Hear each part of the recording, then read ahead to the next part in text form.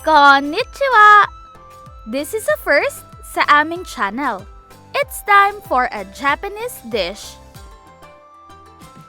It's actually one of the most popular dish sa Japan because it's crispy on the outside and tender and juicy on the inside. Guaranteed crowd pleaser. First step ay ipapound natin ang ating boneless pork chop, making it extra tender and juicy. Simple lang ang ingredients nito, kaya dapat malambot ang meat. And then we'll just season it with salt to taste. Meanwhile, i-prepare na rin natin ang ating pang-coat sa meat or SBP.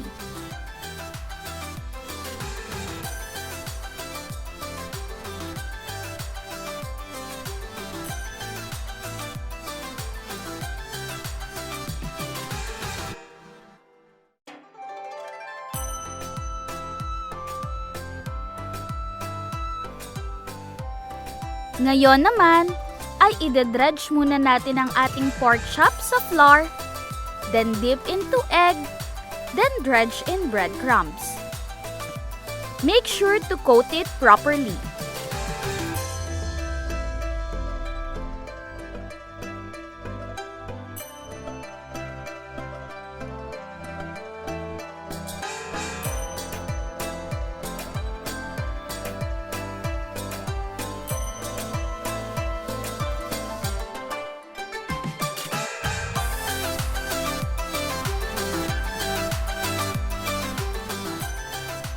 Then, next, gawin muna natin ang ating sauce. Pagsasama-samahin lamang natin ang mga ito sa isang bowl.